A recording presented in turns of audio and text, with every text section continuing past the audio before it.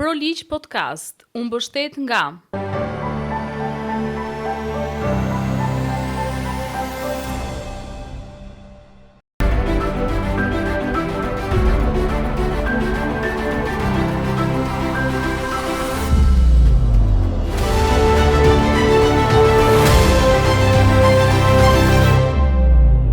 Mirë se keni ardhur në episodin e radhës të ProLiq Podcast, një podcast ku kryesisht trajtohen tema mbi ligjin dhe me mënyrën se si ai funksionon në fusha të caktuara. Flasim sot për etikën në gazetari. Kjo e fundit është një mekanizëm që është konsideruar në mënyrë simbolike si pushteti i katërt, por realisht si e ushtrojnë sot gazetarët këtë pushtet, sa abuzohet dhe se si respektohet ky pushtet, flasim sot për këtë temë me të ftuarën time speciale, Rudina Xhunga. Shumë faleminderit. Rudina, mirë se erdhe. Speciale, kënaqësi, në fakt unë e vura re podcastin, pa ma treguar që ishte dhe të kam shkruar me njërë që bëjmë kolab. Sa po mora vesh si bëj kolabin në YouTube.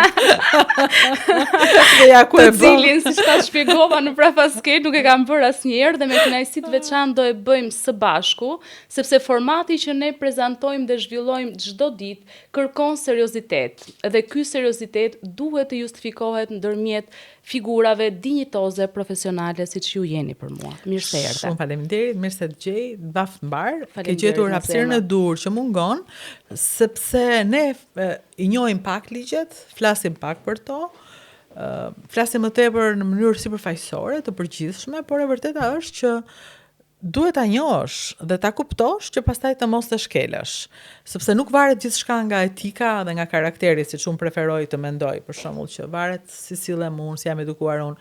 Jo, përveç saj ka ligje.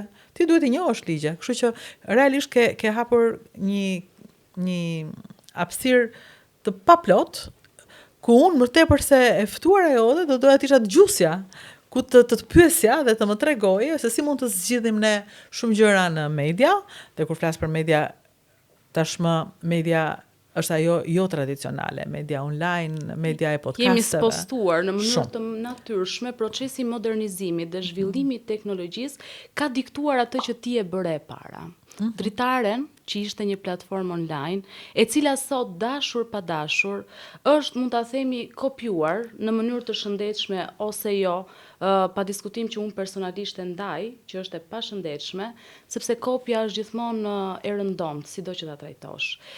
Ti krijove Dritaren, një platformë online, e cila, siç edhe kemi para biseduar në momentin e krijimit, e shikoje si një krijesë të vogël që ti kishe detyrimin moral dhe profesional për të arritur.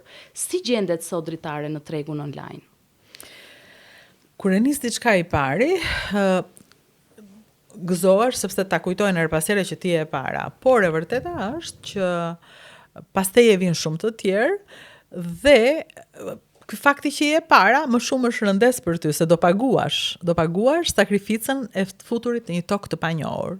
Do paguash vrapin e të shkuarit tek një vend ku do vësh flamurin, le të thuash. Çka plot panjohur, le ta themi. Ti krijon traditën ligjore të një platforme, të tjerët në mënyrë të natyrshme pastaj të imitojnë. Patjetër, por shiko, bëjnë shumë mirë. Në fund të fundit kjo ti do vinte. Unë nuk e dija kur, erdhi shumë shpejt. Erdhi shumë shpejt, por kjo që është e mirë, nuk është e keqe. Në një farë mënyrë unë edhe më pas meje shumë të tjerë që vazhduan me podcastet dhe me tashmë dhe kanalet të tëra në YouTube, po bëjmë diçka që duhet ta bënim prej kohësh. Kur u kuptua që nuk ishte televizioni, po gazetari ai që vlente dhe të riqte shikues. Dhe në fund të fundit ne tani këtë po bëjmë. Po tregojmë që gazetari treg shikues vet dhe nuk ka nevojë për kaq shumë harxhime dhe kaq shumë para sa kërkon një televizion, por mundet me pak ti drejtohet shikuesit të tij. Kjo është një gjë e mirë. Mua më pëlqen që unë ja dola ta bëj dhe më pëlqen që shumë të tjerë përfshihet e ti. Je duke bërë tani. Pa diskutim. Je modeli dinjitoz dhe një gazetari që ka ruajtur gjithmonë kornizat profesionale. Është përpjekur të përcjellë gjithmonë informacion të saktë, pra të mos dezinformoj. Sa i vështirë është ky proces dhe ky mision në kohët kur viraliteti të dikton të shkelësh shpeshherë edhe mbi dinjitetin njerëzor? ti je media që drejton, ose ka media që drejton në fund të fundit çdo biznes, ka fytyrën e njeriut që e ka krijuar, edhe që e drejton. Edhe gazetarët, edhe punonjësit, edhe të gjithë përfaqëson këtë njerëz që e drejton. Kështu që dritare jam unë, në fakt, me mënyrën se si unë komunikoj. Nëse unë kam empati për njerëzit, edhe dritare ka empati. Nëse diçka ndodh pa dashur ose ndodh nga ethja e, po tani ata e thanë, ç'do bëjmë, pastaj ka një kthim bas, ka një ndjes ose ka një fshirje. Do thënë, ne mundohemi të jemi të kujdesshëm me njerëzit që janë të pambrojtur, që janë fëmijë, që janë të moshuar, që janë edhe me kafshët, po me çdo kategori të pambrojtur njerëzish, por me një kujdes i cili mund të bëjë dëm që të nuk ke klikimet e nevojshme, që në fund të fundit janë në para, të mira financiare. Patjetër, por duhet ta kemi. Si ruhet ky ekuilibri realisht? Pra, nevoja për të rritur profesionalisht, e cila vjen si një nevojë edhe për të rritur financiarisht, le ta themi që çdo lloj produkti që të zhvillohet dhe të marrë dimensione të mëdha, ka nevojë për suport financiar. A ka realisht media sot, në realitetin që ne jetojmë, suportin e nevojshëm financiar, qoftë nga instancat shtetërore apo nga aktorë të tjerë që i vinë në ndihmë medias? Jo, nuk e ka. Media është jo vetëm e pa formalizuar, dhe po flas për median online. Nuk dua të flas për televizionet, se unë jam shkëputur dhe nuk e di çfarë ndodh. Më. Dhe për më tepër më ndodh edhe diçka. Nuk ma beson njëri, po unë nuk shoh më televizor. Do të thënë, prej kohësh më ishte prishur pulti, mungonte bateria, kujtoja si ishte dik televizori. Në shtëpi po flas. Lëre më në punë që them ta heq të vëjmë pikturë sa më duhet përpas. Do të thënë, jam shkëputur përfundimisht nga televizioni. Edhe Netflixin që kam pas qef nuk më ndjek, nuk më ndjell më, nuk më pëlqen. Kështu që jam e fokusuar tani te podcastet, tek i shikoj të huaja shqiptare. Dhe këtë shikoj përpjekjen që kanë shumë njerëz që të dalin në dritë, të dalin në dritare, të jenë, po nuk kanë mbështetje, do thënë duhet një mbështetje qoftë minimale. Dhe po them për një mbështetje që mund ta jepte shumë mirë edhe shteti, sepse unë preferoj më mirë që ti jesh i mbështetur nga shteti yt sesa nga krimi. Për shembull, sepse krimi patjetër jep tjetër status, të formalizon, të ligjëron. Po. Kjo e fundit, dua të ndalojmë, është tërësisht kritike, le ta pranojmë, sepse ta specifikosh që një media, një pjesë e mirë e medias, aludohet që mbështeten pikërisht nga kjo forma e fundit, që është tërësisht jo ligjore dhe e kundraligjshme, sidoqoftë që dënohet, del dhe krijon një media apo lobon në media. Si prish kjo ekuilibrat realisht sot në median shqiptare? I ka prishur plotësisht, po jo vetëm ekuilibrin në media, kjo ka prishur ekuilibrin në shoqëri. Mua më duhet ta pohoj diçka që e kam thënë, nuk më është pranuar dhe më është marrë për propagandë. Kur kam thënë media i përzon shqiptarët nga vendi. Unë vazhdoj ta besoj këtë gjë. Media me agresivitetin e saj, të prish ditën, të prish humorin, më falen, nëse ti dëgjon për ditë që filan njeri ka marrë X milion euro dhe ka kaq para në bankë dhe kaq pasuri, ti nuk e pyet veten më po për çfarë po punoj unë? Për çfarë po jetoj këtu? Për çfarë po zgjohem në mëngjes? Për çfarë kam ndërmend të martohem? Pse të bëj fëmijë? Ku ti çoj? Dhe të kap një dëshpërim jashtëzakonshëm, paralizues. Në fund të fundit, dhe vetëm kur më vesh që kjo gjëja që sapo shton për këtë njeriu s'është e vërtetë. Dhe ti nuk di më cila është e vërteta dhe cila është gënjeshtra. Në një media dëgjon që ky është një njeri i tmerrshëm dhe ka vjedhur, në një media ajo del dhe fillon e qan. Dhe ti s'di këtë besosh, median ku ajo qau apo median që tha që ajo vodhi. Ndonjëherë ndodh në të njëjtën media, që mbasi ajo ka paguar aty qan. Ndërsa media ka thënë përpara që ajo vodhi dhe ti s'di cila është e vërteta. Dhe nuk po flas për njerëz zakonshëm që se ndajnë dot fals nga e vërteta, po dhe ne jemi të ndikuar. Se haroj kur një grua ishte dermatologe, ishte dita që ka një takim aty vitet shkuara dhe kur vetë ajo ishte kështu si e marr fund. Çka ke i thash? Po punojmë kod, tha ç'është kjo punë që bëjmë ne, tha Ilir Meta, tha ka marr kaq mijë euro, ishte koha e videos së Metës. Ajo grua s'është më këtu, nuk jeton më në Shqipëri. Nuk e përzuri ajo video, po kështu ndodh, pak nga pak, elmi futet në gjak pak nga pak. Media është përgjegjëse, por më shumë se media, e cila në fundit dua të bëj një punë, s'më ndalon njëri ta bëj, e bëj. Dua të lidhem të vëgjoba, e bë. Dua lidhem me krimin, e bëj. E ka shteti detyrimin të ndaloj, të kontrolloj, të pengoj, të ndihmoj. Është faj shtetit shqiptar. që nuk ka formalizuar median online siç duhet, që nuk e ka mbështetur siç duhet. Dhe në fund të fundit dalun pse ke marrë një projekt thot ai dhe të sulmon. Mos fal, zotri. Me se duhet jetoj një media në mos me projekte ndërkombëtare, kombëtare. Si duhet jetoj? Dhe ndërkohë nuk flet askush për X emra të krimit dhe të botës së nëndeshme që mbështesin media, që mbështesin gazetar, sepse kjo quhet normalitet. Normale, thot ai, është normale. Ka para dhe do t'i japi. Ke aftësi dhe do flasësh. Në gjithë këto vite eksperiencë, nëse do të kërkoja ta përkufizoje etikën e gazetari, çfarë është kjo e fundit për ty, Rudina? Është personale, unë në këtë pikë për te gjithë rregullave që ka gazetaria, mendoj që këto janë rregulla njerëzore. Etika është ajo që ti je. Etika është mos i bësh tjetrit atë që nuk do doje të bënin ty.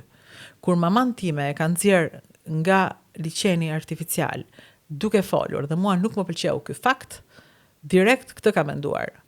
Po unë në median time a kam marrë njerëz dhe edhe kur e kam kuptuar që ai s'duhet të fliste e kam nxjerr, e kam bërë. Atëherë, pse e kërkoj unë të mos e ndodhi me nënën time? Dhe kjo është gjëja që unë përpiqem të flas me vajzat kur dalin nga liçeni tani dhe intervistojnë njerëz, mos intervistoni them njerëz të cilët nuk mund të flasin. Edhe pse ty të pëlqen dhe do bëhet virale, nuk është e drejtë ja bësh atë fëmijës të tij dhe atij. Intervistoj njerëz që kanë diçka për të thënë, sepse ata në fakt kanë shumë për të thënë. Dhe nuk është e vërtetë që viralja shet. Shet e mençura, e durra, e ditura, aty janë njerëzit. Vox Pop është diçka e rëndësishme. Merre, përdore, jo për të keq, jo për të tallur, jo për të përshmuar, por për të treguar vlerë. Çfarë din ata njerëz që ne nuk i njohim. Dhe kjo është diçka që unë e bëj edhe për vete. Në fund të fundit edhe vetë emisioni që unë bëj shqipi tani është zëri njerëzve të panjohur. Këtë kanë vite që e bëj. Dhe duke e bërë vetë jam gëzuar kur e kam parë që e bëjnë shumë të tjerë, se i panjohuri është ai që do të njohim pastaj. Dhe mbasi e njohim na bëhet i rëndësishëm. Po thuaj se çdo ditë, le ta pranojmë, që media publikon të dhëna personale, që kjo bie ndesh në mënyrë të hapur dhe flagrante me atë që ligji parashikon. E bën këtë për të kapur viralitetin. Duhet ta theksojmë këtë. Publikon emra, mbiemra, i futen pastaj personazheve apo viktimës, i futen në detaje të cilat shkaktojnë një dëm moral që ngelet në kohë. Për atë person, por edhe për të afërmit e atij personi. Pse media nuk ka një filtr parandalimi për këtë proces dhe pse kjo ego, le ta quaj të sëmur, nuk po merr dot fre? Unë jam për ndalim ligjor. Domethënë nuk jam të ma lësh vetëm mua. Domethënë nëse ma lë mua, unë jam media që përfaqësoj, por tani po themi, momentin që ti je një media që s'ke turp edhe merr lek nga krimi, edhe shkon i bën bixhoz ato lek nga krimi, se në përgjithësi bota rrotullohet, asnjë lek i marr në mënyrë pandershme nuk shkon për të përdorur që të bësh për qëllime të ndershme. Jo, fare, nuk do lesh që thon njerëzit që i du këto lekët se do shkolloj fëmijët. Fëmia do bëhet ajo që je ti, nuk do bëhet ajo leku që ti je për të. Kështu që e para një nuk besoj ke këto paratë e marra në mënyrë të tillë, por tjetra është kur ti s'ke turp dhe merr parat nga krimi, atëherë si do kesh turp të përdorësh emrat e viktimave, normal, ti je me krimin, si me viktimën. Dhe po të vësh re, unë s'kam dëgjuar njëherë ti bëhet të lexuar, ti bëhet në media portreti një përdhunuesi, një vrasësi, nuk flitet për ta, flitet vetëm për viktimat. Dhe pastaj, e di si është puna kjo që bën media, e kthen gjithë shoqërinë në funksion të të keqit, të likut, të përdhunuesit, të vrasësit. Dhe besoni se njerëzit thonë, që vjet e vret, 2 metra, 1 metër, ku diun sa e thonë për 2 metra dhesime, 2 metra varë ka për të gjithë. Jo, nuk ka kaq për të gjithë. Shko shikoj varet e kriminalëve, te varezat e Tufinës dhe Sharës. Janë monumentale. Diku aty ku shikon njerëzit tanë të preferuar që ne kanë bërë jetën të bukur, aty shikon monumentet e njerëzve që kanë vrarë në këtë vend. Dhe ti kujtohesh sa shikon emrin që ke parë në kronikën e Zez. Kush ka ndikuar? Media. Që të mos dallosh të mirën nga të keqja, të zezën nga e bardha, që t'i jap zë të fortit të ligut dhe ta lëri të drejtin, normalin, viktimën pas zë. Dhe pastaj viktima ç'do bëj? Viktima ka turp në këtë vend. Viktima ka turp sepse ty të vënë emrin dhe ti mendon që kishe fajin ti. Kështu që patjetër media ka përgjegjësi, vetëm mos ja lini medias të gjithë fajin. Kontrolloni. Ka një regulator për këtë pjesë? Patjetër.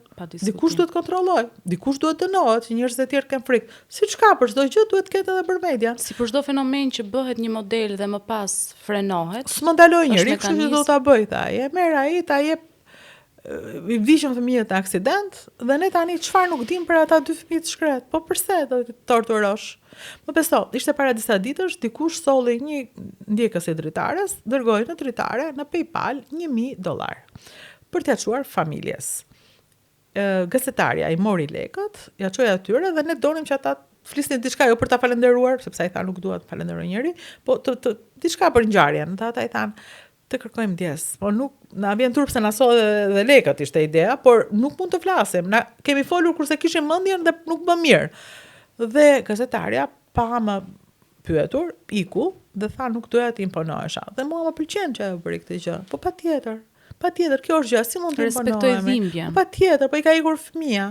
Pse e përdor një njerëz që është në efektin e dhimbjes të tregoj më shumë dhimbje? Shko te familja e tij që shtypë dhe trego si është historia e këtij njeriu. Pse ky njeriu ishte i pirë dhe se kapte njeri? Si është historia? Shko meru me dhunusin, mos u merr me viktimën. Më thënë, kemi nevojë të dimë çdo detaj viktime dhe viktimizohemi pastaj dhe jemi kthyer në shoqëri viktimash. Në fakt, po të fortin e respektojmë. Në fakt, fatkeqësisht media zhvillon një lloj gjyqi publik, i cili nis me ndodhjen e ngjarjes kur ndodh dhe mbaron para se të mbarojë procesi gjyqësor. Sepse del një ngjarje tjetër, krijohet një tjetër gjyq publik. Dhe këto gjyqet publike e kanë deformuar realisht shoqërinë tonë. Është tmerrsisht e vërtet ajo që ju thatë që sot kemi frikë të hapim median, kemi frikë të hapim televizorin, të hapim telefonin, për shkak se në çdo lloj faqe ti ke u vra, u pre, u dhunua. U vra, u pre, u dhunua ku ta gjesh vetëm në Shqipëri. Nuk jep modele siç ju jepni në mënyrë të zakonshme dhe konsistente dhe unë ju përgëzoj për këtë. Personazhe të panjohur që dalin në sipërfaqe dhe që realisht janë asete intelektuale. Këto asetet intelektuale pse po i mungojnë kaq shumë shoqërisë tonë? Janë aty apo kanë migruar dhe realisht nuk ekzistojnë më? Jo, janë. Nuk kanë emigruar të gjithë. Dhe më beso, mua më vjen keq, ma marrin vërtet ndonjëherë për propagandë kur them që njerëzit nuk kanë ikur të gjithë, njerëzit janë këtu. Thjesht ata nuk duan të flasin, po si mund të flasësh ti kur dëgjon kaq shumë të marrë që flasin? Ti mendon që zëri s'ka kuptim, sepse ajo që ka kuptim është kjo, plus ndihesh keq, ndihesh i ofenduar, ndihesh i fyer. Dalin 5 të marr, thon budalliqe, bëjnë një debat pa kokë dhe të dalë në njëri normal me këta dhe të flasë, është e pamundur. Po njerëzit normal janë kudo. Shko shiko nëpër Shqipëri sa njerëz kanë zhvilluar biznese të cilat janë të krahasueshme me botën, të cilat prodhojnë për botën. Isha para 2 ditësh diku dhe ai prodhonte për Spanjën. Dhe unë dua të bëj diçka për të, po tani njerëzit e kanë të vështirë të flasën, se thotë, të flas kot tani ngatrohemi se fillon historia në Shqipëri po u fol për një biznes, vete ai që vë gjobën, vete krimi, vete gazetari tjetër që do reklamën, dhe të sulmon ai po si dhe. Kështu që njerëzit preferojnë të punojnë e heshtje. Të jetojnë e heshtje, po ne duhet i bëjmë të dalin nga heshtja, se ne kemi nevojë për ata, jo ata për ne. Kemi nevojë që të na bëhet jeta më normale. Nuk kam nevojë unë të hap gazetën dhe të shikoj që 2 vajza 17 vjeçare në Greqi, se po bëhem dhe unë jahone këtij zërit keq, vran veten dhe fotoja aty, ato kufjet e tyre të rrëzuara, vran veten sepse ato nuk kishin përballuar presionin e maturës. Lan një letër dhe i thanë mamas, më fal, po nuk e përballojmë maturën. Për çfarë dreqin ma jep këtë lajm? Ku e diti që është kështu njëri përkthyer me ku e konfirmove burimin? Ku e diti që është kjo? Pastaj për çfarë ma jep tani? Që ka edhe provime, kemi fëmijë të cilët janë në presion. Dhe çfarë jep si zgjidhje? Që 2 vajza vran veten. E para njëherë bodh njerëz me probleme kemi këtu. Do marrim dhe vresët e vetes në Greqi që botohet në një gazetë lagje. E dyta, e ke për detyrim të thuash në fund, nëse ti një dikë ose ke mendime vetvrasëse, shko tek psikologu, shko tek ky numër. Shëroje këtë shoqëri. Ta shoqërosh me këtë. Çan këto lajme të tmerrshme që na e mbushën ditën, dhe për më tepër jemi me fëmijë, kemi frikë tani nga. Do e rrisje fëmijën tënd në Shqipëri, do e shkolloje këtu dhe do ta orientoje atë që të rinte dhe të jepte kontributin e vet në këtë vend? Unë dhe shumë si unë, po i rrisim fëmijët në Shqipëri dhe po orientojmë që të japin kontributin e tyre në vend, sepse në këtë vend kanë kujtimet e gjyshërve, kanë sakrificën e prindërve dhe kanë të ardhmen e fëmijëve të tyre. Dhe jam e sigurt që unë dhe shumë si unë do përpiqemi ta bëjmë më të mirë këtë vend me kontributin ton. Sa do mundim nuk e di. Ky nuk është mision i pamundur, përkundrazi. Dua të ndalojmë pak tek një pikë kryesore, tek vlera që ne ju japim të ngjashmëve gjatë rrugtimit ton profesional. Nëse Rudina do kthehej shumë herët në kohë, dhe do merrje parasysh të gjithë bashkëpunëtorët, të gjithë kolegët, nëse sot të pyes, kush vlen ende në tregun e medias shqiptare dhe do të kërkoja një emër, ke një emër kolegu apo kolegeje në kokën tënde që të mund ta thuash me plot seriozitet edhe përgjegjësi që e ka ruajtur dinjitetin profesional gazetaresk? Unë kam vite që punoj me shumë gazetar dhe po thuaj shumica e tyre janë përsëri në treg. Duhet ta pranojmë, janë ende në treg në mënyrat të tyre. Shumë kush vazhdon të punojë në televizion, që është më e lehtë, në kuptimin kur ti je pjesë e një infrastrukture, është shumë e lehtë sepse punon edhe ajo për ty, jo vetëm ti për atë. Unë do që një rrugë të vështirë për vete. Kështu që rruga ime e vështirë është e krahasueshme me disa prej emrave të tjerë që gjithashtu përpiqen në këtë tregun ton me. Po nuk dua të veçoj. Ti të them që unë kam punuar me gazetarë shumë të mirë. Më thënë unë nuk mund të bësha e mirë pa qenë krahas tyre. Është pak e vështirë që të rritesh në një vend pa shembuj, pa bashkëpunim. Më thënë nuk ka shans të rritesh në shkratir. Duhet ujë, duhet të gjitha. Kështu që ishte edhe humusi në këtë traditën ku unë mësova, që nga gazeta e parë ku kam punuar si gazetare. Më thënë ku shuaj në mënyrë me rrogë, me këto detyrimet asaj kohe, siç ishte Aleanca, dhe aty isha rrethuar nga gazetarë shumë të mirë janë akoma gjithë. Te koha jonë, në një moment të rëndësishëm të saj se 97, ku gjithashtu mësova shumë, u bëra. Dhe pastaj me në vim në për televizione, tek Zëri i Popullit ka punuar gjithashtu, kjo ishte midis kohës dhe Zërit, domethënë me gazetarë shumë të mirë te Zëri, jashtëzakonisht të mirë. Pastaj në për televizioni shqiptar, një vend që më mësoi si të mbaj duart, me të cilët bashkëpunoj akoma, ja, për shembull, në televizionin shqiptar, njeriu që pyeta si të mbaj duart unë Naçi, ishte Stefan Gajo, ishte asi, ishte fytyra, ose më saktë njeriu mbas gjithë fytyrave, ishte operatori më i rëndësishëm. Naçi tani është në pension prej kohësh, po nuk rritot pa punuar. Dhe çfarë po bën? Po vjen, erdhi një ditë tek unë dhe më tha që sapo kam bërë gati, tha, arkivën time në 2-3 minuta të gjithë jetës dhe dua që ta shfaq në dritare. Dhe unë ngela. Më thash, më fal, po pse po ma jep mua këtë gjë? Dhe tha, kujt tjetër përveç se ty. Dhe më erdhi për të qartë, siç më erdhi ditën kur Naçi më njoh dhe më mësoi si të mbaj duart përpara ekranit. Prandaj nuk bëhesh pa dëgjuar njerëz të tjerë. Jam e lumtur që kam bashkëpunuar me njerëz të mençur dhe vazhdoj bashkëpunoj. Deri në fund nuk ka pa bashkëpunim, është e pamundur, vetëm nuk bëhet asgjë. Jo, asgjë. Është një lojë që çfarëdo lloj gjëje të bësh apo çfarëdo lloj përpjekje nuk shkon pa e kombinuar me disa energji të tjera profesionale. Jo, është e pamundur. Rudina, si mendon që inteligjenca artificiale kërcënon sot gazetarin dhe median, apo në këndvështrimin tënd i vjen në ndihmë? Dhe nëse po, si? Jo, nuk e shikoj si kërcënim, unë e shikoj si bashkëpunim edhe këtë. Varet si shikon, domethënë. Edhe e kam provuar, mund të them që të vinë në zgjedhjet, po. Zgjedhjet e kaluara, unë nuk kisha mundësi në një, domethënë mundësitë financiare tona janë të reduktuara. Domethënë sado që themi nuk duhen para duhen gjithmonë për ta bërë më të madhe, për ta zhvilluar. Kaq mundësi kemi, kaq të ardhura kemi. Dhe çfarë bëra? I kërkova ndihmën inteligjencës artificiale, bëm një gazetar, ana digjitale dhe ajo na ndihmoi për të mbuluar zgjedhjet në gjithë Shqipërinë me të dhëna të sakta, me lidhje direkte me KQZ-n, sepse ti futu në chat, bëj chatbotin tënd dhe ja del me çdo gjë. Dhe nuk ke nevojë të marrësh një njerëz ta çosh në përrethe se i ke dhëna të gjitha. Unë edhe ana mbajtëm zgjedhjet. Ishte një pra inteligjenca artificiale mund të minimizoj kostot për një media. Çfarëdo lloj natyre të ketë kjo media, pritshmëritë janë që mund të uli kostot. Mund të uli kostot. Domethënë shumë prej gjërave që më përpara në media ne i bënim me njerëz të jashtëm, në kuptimin jo staf të përhershëm, tani i bën me inteligjencën shumë prej gjërave. Por nuk mund të them që janë ulur kostot siç prisnim. Mendoja që kisha pritshmëri më të larta, sepse nuk tim ta përdori, mendoj unë. Kjo është arsyeja. Nëse do e dinim ta përdornim, atëherë do ishte më ndryshe. Por, duke qenë se na duhet të blejmë programe, ato kushtojnë.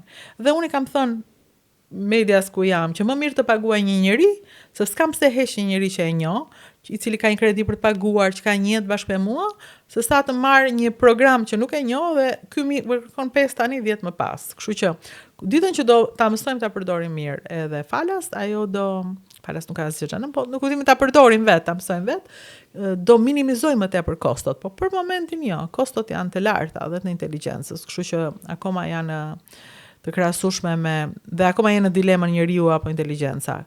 Dhe ndërsa kjo dilemë do vijoj, unë i kërkoj gazetarëve të mos presin që t'ja u marrë inteligjenca, se do ja u marri, por ta bashkëqyrojnë, të mësojnë prej saj. Mua më ke gjithë po, të ndërveprosh patjetër, mua gjithë ditën kështu më ke. Duke parë, për shembull, ja të them një ditë timen, si e përdor inteligjencën, dje, isha në Rom. Në mëngjes, herët fare, po bësha gati për më merrti adresa e vendit ku kisha intervistën në Rom, nuk po e kuptoja ku ishte, e futa në chat, ma shpjegoi, okay, këtu në rregull, shkova para kohe, ula piva kafe, bëra intervistën, ndërkohë që po pristim të vinte, ishte ministri i mbrojtjes Italisë, intervista e rëndësishme për mua për një dokumentar, ndërkohë unë kisha biletën e ikjes në orën 5. Pyeta chatin që si është rruga më e mirë, më tha me tren. Po thash ku e kam stacione termini këtu. I thash me zëdhënësit, mund të më ndihmoni që të di ku është treni, do të japi makinë dhe ai të shkoj. Dhe ndërkohë ishte chati që më ndihmoi, njeriu që e vazhdoi ndihmën, u bë intervista, në intervistë, ndërsa mbaroi intervista shkruajta diçka më njëherë, po e shkruajta në mënyrë që edhe vetë do e kuptoja, po chati ma zbarët e gjën që doja të thosha. Ndërkohë vrapova për në stacion e termina, vazhdova me chatin, jam për shkoja atje për sa tjera, gjëra të ditë të përditshme. Sa arritëm ju ktheva shënimeve që kisha marrë se më duhet diçka me patjetër, i thash të lutem më bëj një caption për Instagramin, e bëra e hodha dhe unë bashkëveproj me të gjithë ditën, dhe për punën dhe për se qeshin në shtëpi dhe për të bërë thjesht ato pyesësh chatin, prandaj bën gjithmonë ndryshe. Sepse ti je gjithmonë alternativa të tjera. Por jo, është vërtet. Më thënë inteligjenca artificiale, ti duhet të ndërveprosh, duhet të kuptosh me kë, ja për shembull tani kanë dalë modele të tjera, në komunikim shumë shpejt, ata po fuqizohen fort, më thënë është cloudi që është fantastike dhe shumë shpejt do zëvendësoj shumë njerëz, nuk duhet të trembemi, duhet të punojmë me të. Nuk duhet të trembemi, siç nuk kemi trembur nga në vitet 90, mbas viteve 90 në hym në një hapësirë të panjohur, por nuk u trembam, vazhduam. Unë nuk jam trembur. Përshtatja është gjëja më adapte që mund të bësh. Përshtat, unë nuk jam trembur. Më kujtohet betja në 97 në Cërik, nuk e dija ku ishte Cëriku. Edhe i them njërit aty, ku është Cëriku? Këtu tha ai dhe hapi traun. Se ishte me tran atë kohë dhe duke qelluar në kështu. Nuk u tremba, po vazhdova rrugën dhe tregova historinë. Kjo është e gjitha. Të tregojmë historinë, vazhdojmë. Ndalojmë pak te historitë. Në fakt dua të ndaloj te një histori personale. Dikur, kur isha studente, unë kam pasur pasion të vjetër të studioja për gazetari, por mbarova drejtësi dhe vazhdova rrugtimin tim profesional natyrshëm, sepse u gjeta me gen profesional aty. Dhe mbaj mend që kur rendja televizioneve për të fituar një vend pune në gazetari, sepse e doja realisht ato dhe doja dhe shkrimin. Midis të tjerash, në një juri televizioni më shton diçka që më ngeli gjurmë në subkonsciencën time. Televizioni të kërkon të zhveshur. Kjo kam përshtypjen që është fraza që mua më diktoi njeriu që jam sot. Unë sot jam duke bërë në formën time profesionale mbi të gjitha, në 90% të saj, atë që unë dikur kisha pasion. Të moderoj një program, apo le ta quajmë një format, si ky që unë bëj si prodigje. A të kërkon realisht televizioni të zhveshur sot, mbas kaq shumë vitesh? Unë televizionin dhe media në përgjithësi e kam trajtuar personale. Do thënë, ajo pyetja që u bëj jam unë. Unë nuk jam zhveshur për të bërë njeriu që je. Jo, fare. As më shkërkuar, as e kam tentuar, as e kam menduar. Sepse në 98-ën, kur unë bëra një emision, ishte Blendi Fepsiu që bëri një vit, ai u largua në mënyrë demonstrative atëherë nga Ratëshera, atë Angeli Bosh. U futa unë, dhe nuk u futa se isha e zhveshur, u futa se vija nga koha jon, dhe vija nga gazetaria që se kështë bërë asnjë burr të shkonte në ato vende në 97-ën. E kisha bërë unë. Dhe unë u gjeta për ta bërë ato intervista politike të prime time-it që ishin tani që mendoj nuk e di as vetë se e kam bërë. Po i kam bërë. Dhe nuk i bëra duke u zhveshur, përkundër se visha më shumë se ç'duaj, me gjëra e mbërthyer që të më merren seriozisht, se kush të merr seriozisht 25 vjeç aty duke bërë pyetje njerëzve që ishin dy fishi im edhe kishin një përvojë jetësore, për më tepër nuk ishim mësuar të pyeteshin nga gra. Nuk ishim mësuar të pyeteshin nga gra. Më thënë, më duhet hyja në një rol shumë të pa natyrshëm për shumë kënd, por natyrshëm për mua. Mua pëlqen të pyesja. Vazhdoj të pëlqej të pyes. Kur flas, bëj gabime. Kur dëgjoj, të bëj pyetje, e ndihmoj veten duke dëgjuar gjëra të bukura, po e bëj tjetrin të flas. Kështu që është personale. Nuk është për të dëgjuar këshilla. Është sjellje. Se ngatrohesh kot. Bëj atë që ndjen. Bëj atë që ndjen edhe bëje me pasion. Nuk ka asnjë zhveshje që të bën të qëndrosh gjatë. Ato janë si gjobat në gazetari. Të bëjnë të hash mirë sa kohë, po kaq. Të bësh sa udhime, po kaq. Gazetaria është për te. Gazetaria nuk është as gjob, as projekt. Gazetaria është pasion, edhe mision, edhe ëndër, edhe kënaqësi e madhe, që nuk e bëjnë dot të gjithë. Me perceptim personal dhe profesional, ku është Erudina Median për 10 vite? S'kam, këtë e di Mira Morati. Mos më pyet mua, nuk e di. Nga Flora është ajo, po është tjetër nivel. Nuk e di. Duhet ta pranoj që ishte kënaqësi e veçantë që të kisha. Shpresoj shumë që figurat si ty të jenë gjithmonë kështu në dominancë dhe të përfaqësojnë realisht dinjitetin gazetares. Këtë uroj shumë suksese në misionin tënd, edhe gjithë të mirat e botës. Faleminderit shumë. Kënaqësi që erdha. Të vura re vetë, kështu që nuk më ftove, dhe më beso, nuk ka këshill, nuk ka mesazh që ta bëjë njeriu të jetë ai që është, ai do bëhet ajo që ka parë. Shumë e vërtet. Të falenderoj. Faleminderit. Ju falenderoj të gjithëve ju që na ndoqët. Ju ftoj të na ndiqni në episodet e radhës të Pro Liq Podcast në kanalin ton zyrtar në YouTube me të njëjtin emër dhe në të gjitha rrjetet tona sociale. Faleminderit për besnikërinë tuaj.